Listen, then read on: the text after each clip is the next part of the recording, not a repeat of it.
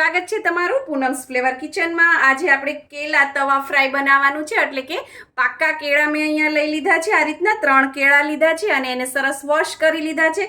ત્યારબાદ એને આ રીતે આપણે સુધારી લેવાના છે। તમે છાલ સહિત પણ આવી રીતે ગોળ ગોળ કટ કરી શકો છો, અને છાલ ના પસંદ હોય તો તમે છાલ વગર પણ આના ટુકડા આ રીતે તમે કરી શકો છો। કેળાની છાલ છે એ ખવાતી હોય છે, એટલે જ્યારે કૂક થઈ જશે ત્યારે તમે છાલ સહિત ખાઈ પણ શકો છો, અને ખાતી વખતે છાલ દૂર કરવી હોય તો દૂર કરીને પણ ખાઈ શકો છો, અને છાલ ના પસંદ હોય તો આ રીતે પણ કરી શકો છો। એટલે મેં 2 ટાઈપના લીધા છે, કારણ કે ઘણાને છાલ પસંદ નથી હોતી। અને હવે આપણે આની અંદર બેઝિક બધા રૂટીન મસાલા છે એ કરીશું। સોલ્ટ લેશું, મેં અહીંયા 5 ચમચી લીધું છે, તમે તમારા સ્વાદ પ્રમાણે નાખશો।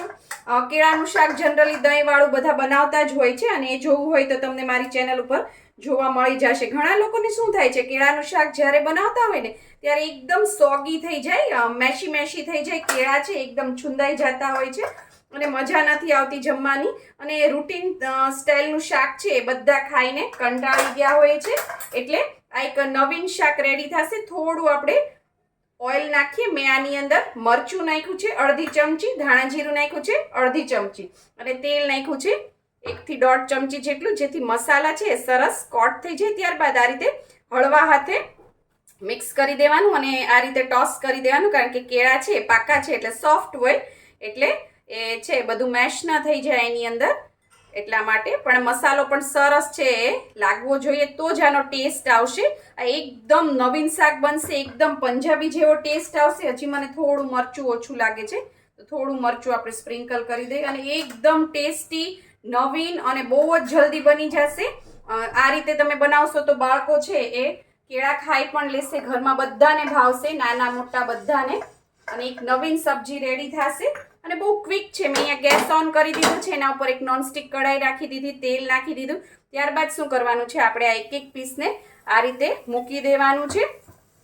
બધા પીસ છે એ આમાં ગોઠવી દઉં, અને આમાં બીજું આપણે કઈ દહીં કે ખાંડ ને એવું બધું ઘણા લોકો નાખતા હોય છે, એવું બધું કંઈ નાખવાની જરૂર નથી।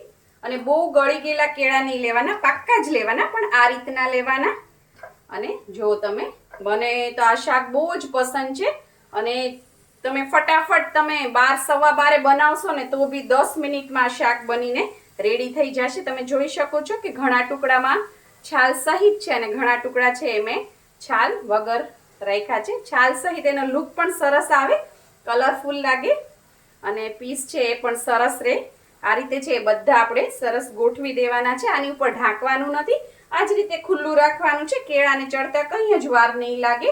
અને ગેસની ફ્લેમ છે એ આપણે સ્લો ટુ મીડિયમ રાખીશું, કારણ કે બહુ વધારે પડતું જો તાપ થઈ જશે આની ઉપર તો છે કે મસાલા બધા બળી જશે, એટલા માટે, કારણ કે મરચું આપણે ઓલરેડી આની અંદર નાખી દીધું છે। તો હવે આને આપણે 2 થી 3 મિનિટ સરસ કૂક થવા દઈએ। 2 થી 3 મિનિટ થઈ ગઈ છે, હવે આપણે આને પલટી લઈએ, જોઈએ અને ચેક કરીએ કે થઈ ગયું છે કે નહીં। હા, સરસ કૂક થઈ ગયું છે, 3-4 મિનિટમાં થઈ જાય છે, અને મેં ગેસની ફ્લેમ છે એ સ્લો જ રાખી હતી, કારણ કે મરચું બળી જાય, નહીતર તાપ વધે, તો મેં તમને કીધું એ રીતે। હવે આપણે એને પલટી લઈશું। જો તમે સરસ એની સરસ બ્રાઉન જેવી ઇફેક્ટ આવી ગઈ છે। લાઇટ બ્રાઉન જ થવા દેવાનું, બળવા નહીં દેવાનું, નહીં તો ટેસ્ટ ખરાબ આવશે એનો। જો આ રીતે એક છે તમારે પલટાવી દેવાનું, આવી રીતે જો, અને તમે જો છાલ પણ તરત જ સોફ્ટ થઈ ગઈ છે, જો, એટલે તમે છાલને પણ ખાઈ શકશો। હું બધા જ આ રીતે પલટાવી લઉં। હવે આપણે ફરીથી આને 3 મિનિટ રહેવા દઈએ, અને જરૂર પડે તો તેલ નાખવાનું। મને આમાં જરૂર નથી લાગતી એટલે હું નથી નાખતી, કારણ કે સરસ તેલ છે જ તે। જો તમે ફેરવો અને પાછા તેલ ના હોય તો થોડું આ રીતે તેલ નાખી દેવાનું।